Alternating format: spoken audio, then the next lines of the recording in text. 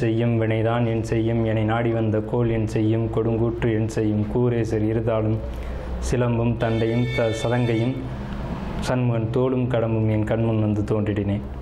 நம்ம இந்த வீடியோவில் பார்க்கக்கூடிய தலைப்பு அப்படிங்கிறது ராகுகேது பேச்சு. எப்போவுமே ஒரு வருடத்தில் ராகுகேது பேச்சு ஆகும்போது மக்கள் வந்து ஒரு எதிர்பார்ப்பு இருக்கும். இந்த கிரக பயிற்சியில் நமக்கு என்ன நன்மைகள் இருக்குது, என்ன தீமைகள் இருக்குது அப்படின்றது பொதுவாக எல்லாருக்குமே ஒரு எதிர்பார்ப்பு அப்படிங்கிறது இருக்க தான் செய்யும். அந்த வகையில் வந்துட்டு இந்த ஆண்டினுடைய ஆங்கில தேதியானது மே மாதம் 18ஆம் தேதி அன்னைக்கு தமிழ் வருஷம், அதாவது தமிழ் புத்தாண்டு பிறக்க போகுது. தமிழ் புத்தாண்டு விஸ்வாசு வருடம் 13ஆம் தேதி, சித்திரை 13ஆம் தேதி, அதாவது சித்திரை மாதத்துக்கு விஸ்வாச வருடத்தினுடைய முதல் மாதமான சித்திரை மாதத்தினுடைய 13ஆம் தேதி மாலை மணி 5:25க்கு. இது சரியான டைம் பார்த்திங்கன்னா ராகு காலம். இது ஞாயிற்றுக்கிழமை அன்றைக்கி இந்த ராகு பயிற்சியானது நடக்குது. இந்த ஞாயிற்றுக்கிழமை 4 to 6 எப்போவுமே ராகு காலம் அப்படின்ற காலம் வந்து பஞ்சாங்கத்தில் குறிக்கப்பட்டிருக்கு. இந்த ராகு காலத்தில் தான் இந்த ராகு பகவான் பயிற்சி ஆகிறார். ராகு பகவான் எங்கேருந்து பயிற்சி ஆகிறாங்க அப்படின்னு பார்த்தீங்கன்னா மீனத்துலேருந்து கும்பத்துக்கு பயிற்சி ஆகிறாங்க, ஆன்டி கிளாக் வைஸ், அதை எதிர் சுற்று வழியாக. அதே சமயத்தில் கண்ணியில் இருக்கக்கூடிய கேது பகவான் சிம்மத்துக்கு பயிற்சி ஆகிறாங்க. இப்போ இந்த ராகு கேதுக்கள் அப்படின்ற பிளானட் வந்து உங்களுக்கு உபயராசிகள்னு சொல்லக்கூடிய மீனத்திலையும் கண்ணிலையும் இவ்வளோ ஆண்டு காலம் இருந்துட்டு, இந்த 13 மாதங்கள் இருந்துட்டு பேச்சு வந்து சிறராசிகள்னு சொல்லக்கூடிய கும்பத்துக்கும் சிம்மத்துக்கும் பேச்சு ஆகிறாங்க. இந்த ராகுகேது பேச்சு எப்போவுமே 180 பாகை நேர் எதிர் சுற்றில் தான் பேச்சு ஆகும். ராகு கேது பேச்சு பலன்கள் 2025. நாம் இப்போ பார்க்கக்கூடிய தலைப்பு அப்படிங்கிறது இந்த ஆண்டு, அதாவது சரியான தமிழ் வந்து விஸ்வாச வருடம் சித்திரை மாதம் 13ஆம் தேதி அன்னைக்கு மாலையில் 5:25க்கு 5:25க்கு சரியான ராகு காலத்தில் ராகு கேது பேச்சு நடக்குது. இந்த ராகு கேது பேச்சு கன்னி ராசிக்கு, அது கன்னி ராசியான உங்களுக்கு என்ன மாதிரியான பலன்களை ஏற்படுத்துது அப்படிங்கிறத நம்ம இப்போ பார்க்குறோம். கன்னி ராசியை பொறுத்த வரைக்கும் இந்த ராசி அப்படிங்கிறது காலபுருஷ தத்துவத்தில் 6வது ராசி. புத்திசாலித்தனத்தை அடிப்படையாக கொண்டு வாழக்கூடியவங்க, புத்தி கூர்மையை அடிப்படையாக கொண்டு வாழக்கூடியவங்க அப்படின்னு நம்ம சொல்லலாம். ஏன்னா புதன்னா புத்திகாரகன் அப்படின்னு பேர், வித்யாகாரகன் பேர். படித்த கல்வியும் புத்தியும் கொண்டு வாழக்கூடிய ஒரு அற்புதமான ராசி இந்த கன்னி ராசிக்காரங்க. இவங்க வந்து கொஞ்சம் ஷார்ட்டாக தான் இருப்பாங்க, கொஞ்சம் தனித்துவம் கொண்டவங்களாக இருப்பாங்க. எப்போவுமே கன்னி ராசி அப்படி தான் இருப்பீங்க.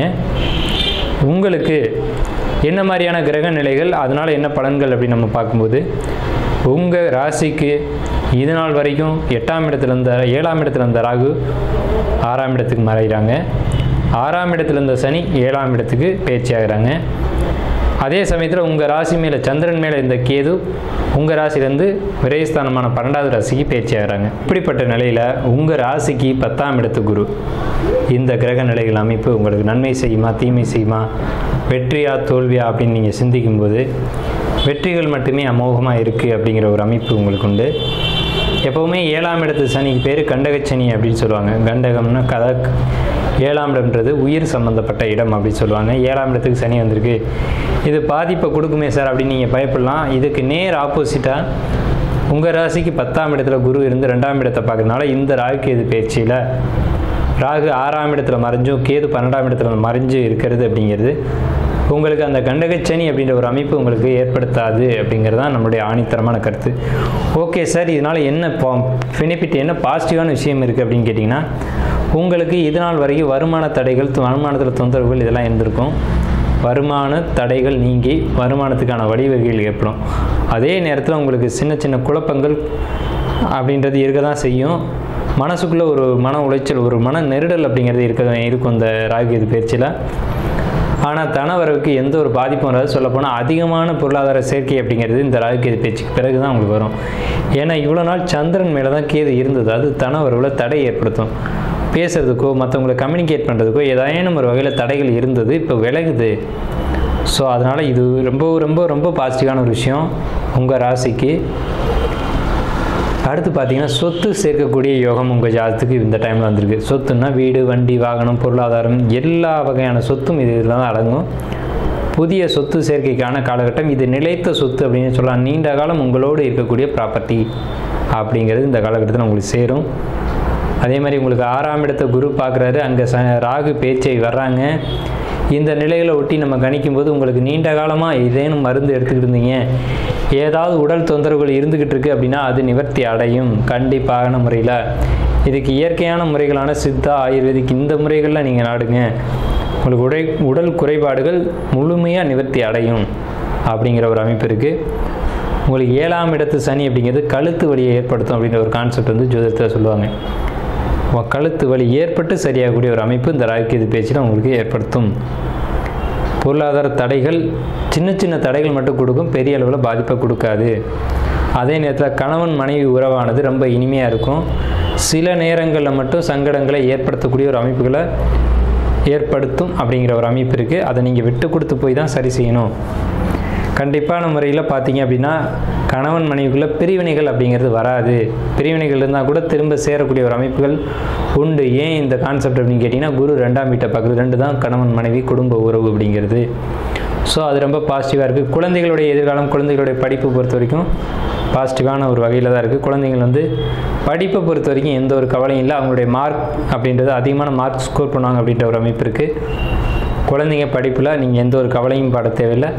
மாணவர்களாக இருக்கக்கூடிய கன்னி ராசிக்காரங்களுக்கு படிப்பு தடையில்லாமல் படித்து அடுத்த நிலைக்கு போகக்கூடிய அமைப்பு. அதாவது 10th படிச்சிக்கிங்க, நல்ல மார்க் எடுத்து ஃபஸ்ட் குரூப் செகண்ட் குரூப் அந்த மாதிரி எடுக்கக்கூடிய ஒரு அமைப்பு. 12th படிச்சிட்டிங்க, மார்க் நல்ல மார்க் ஸ்கோர் பண்ணிடுவீங்க. அப்போது அதாவது 12th மார்க்கை வச்சு தான் நம்மளுடைய எதிர்காலம் அப்படிங்கிறது இருக்குது. இந்த காலகட்டத்தில் தான் உங்களுடைய படிப்பு உயர்வதற்கான காலகட்டம். ஏன்னா இந்த டைமில் தான் உங்களுக்கு வந்து படிப்புன்னு சொல்லக்கூடிய 2ஆம் இடம், 4ஆம் இடம், இந்த இடங்களை குரு பார்வை செய்யக்கூடிய காலகட்டம் ராகுகேது பேச்சினால். ஸோ அப்போ படிக்கக்கூடிய மாணவர்களுக்கு ரொம்ப சிறப்பாக இருக்குது. கல்லூரி மாணவர்களுக்கு ரொம்ப சிறப்பாக இருக்குது.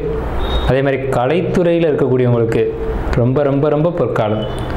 அதே மாதிரி திடீர் அதிர்ஷ்டங்கள், திடீர் தன உறவுகள் எதிர்பார்த்து காத்துட்ருக்கவங்களுக்கான வாய்ப்பு அப்படிங்கிறது சற்று குறையத்தான் செய்யும். உழைத்து சம்பாதிக்கக்கூடியவங்களுக்கான வருமானம் ரொம்ப மிகுதியாக இருக்கும்.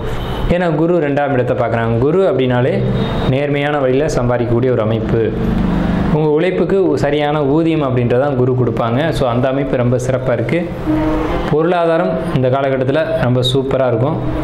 பொருளாதார பிரச்சனைகளில் சொத்து சேர்க்கக்கூடிய அமைப்பு உண்டு. குடும்பத்தில் ஒரு மன மகிழ்ச்சி, நிம்மதி, சந்தோஷம், குடும்பத்தில் சுபகாரியங்கள் நடக்கக்கூடிய அமைப்பு அப்படிங்கிறதுலாம் ரொம்ப சிறப்பாக இருக்குது. இதில் உங்கள் ராசிக்கு மட்டும் நெகட்டிவாக சொல்லக்கூடிய அமைப்புகள் ரொம்ப ரொம்ப ரொம்ப குறைவு. சின்ன சின்ன இடர்பாடுகள் தான், வருமான தடைகள் ஏற்பட்டு மறுமணம் ஏற்படும்ன்ற சொல்லியிருக்கோம். இதில் கன்னி ராசின்ல பொதுவாகவே முன்னேற்றம் தரக்கூடிய ராசிகள் அப்படிங்கிறது மேஷம், மிதுனம், விருச்சகம், மகரம், தனுசு, மீனம் இந்த ராசிகள். அதில் நார்மலான பலன்கள் அப்படின்னு பார்த்தீங்கன்னா கன்னி ராசிக்கு 60% மேலே நல்ல பலன்கள் நடக்கக்கூடிய ஒரு அமைப்பு உண்டு. ஸோ நம்ம இது வரைக்கும் உங்களுடைய 9ஆம் இடத்தை சனி பார்க்குறாங்க, பாக்கியஸ்தானத்தை.